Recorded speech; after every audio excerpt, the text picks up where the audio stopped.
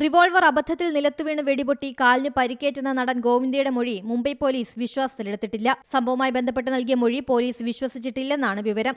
Senior police inspector ദയാ നായിക്കിന്റെ നേതൃത്വത്തിലുള്ള crime branch സംഘം ചൊവ്വാഴ്ച ആശുപത്രിയിലെത്തി സംഭവത്തെക്കുറിച്ച് നടനുമായി സംസാരിച്ചു. തോക്ക് വീഴുകയും തുടർന്ന് പൊട്ടി ഒരു ബുള്ളറ്റ് തന്റെ കാലിൽ കയറിയെന്നുമാണ് താരം പറയുന്നത്. ചൊവ്വാഴ്ച പുലർച്ചെ വസതിയിൽ സംഭവം നടക്കുമ്പോൾ ഗോവിന്ദ തനിച്ചായിരുന്നു. സംഭവത്തിൽ എന്തെങ്കിലും ദുരൂഹതയുള്ളതായി പോലീസ് പറയുന്നില്ല. എന്നാൽ ഗോവിന്ദയുടെ കഥ പൂർണ്ണമായി ബോധ്യപ്പെട്ടിട്ടില്ല എന്നാണ് വിവരം. ഗോവിന്ദയുടെ മൊഴി വീണ്ടും രേഖപ്പെടുത്തിയേക്കുമെന്നും റിപ്പോർട്ടുണ്ട്. സംഭവത്തിൽ ഇതുവരെ ആരും പരാതി നൽകിയിട്ടില്ലെന്ന് പോലീസ് പറയുന്നു. ഗോവിന്ദയ്ക്ക് വെബ്ലി കമ്പനിയുടെ ലൈസൻസുള്ള റിവോൾവർ ഉണ്ട്. പഴയ റിവോൾവർ ലോക്ക് ചെയ്തിരുന്നില്ലെന്നും തിങ്കളാഴ്ച രാവിലെ അത് വെച്ചിരുന്ന അലമാരയിൽ മറ്റൊരു കാര്യം തിരിയുമ്പോൾ അത് മറിഞ്ഞു വീണ തോക്ക് പൊട്ടിയെന്നും ബുള്ളറ്റ് കാലിൽ തറച്ചുവെന്നും ഗോവിന്ദ പറയുന്നു. ഒരു കാലത്ത് ബോളിവുഡിൽ ഏറെ തിരക്കുണ്ടായിരുന്ന ഗോവിന്ദ ഇപ്പോൾ സിനിമയിൽ സജീവമല്ല. National desk Zee Malayalam news.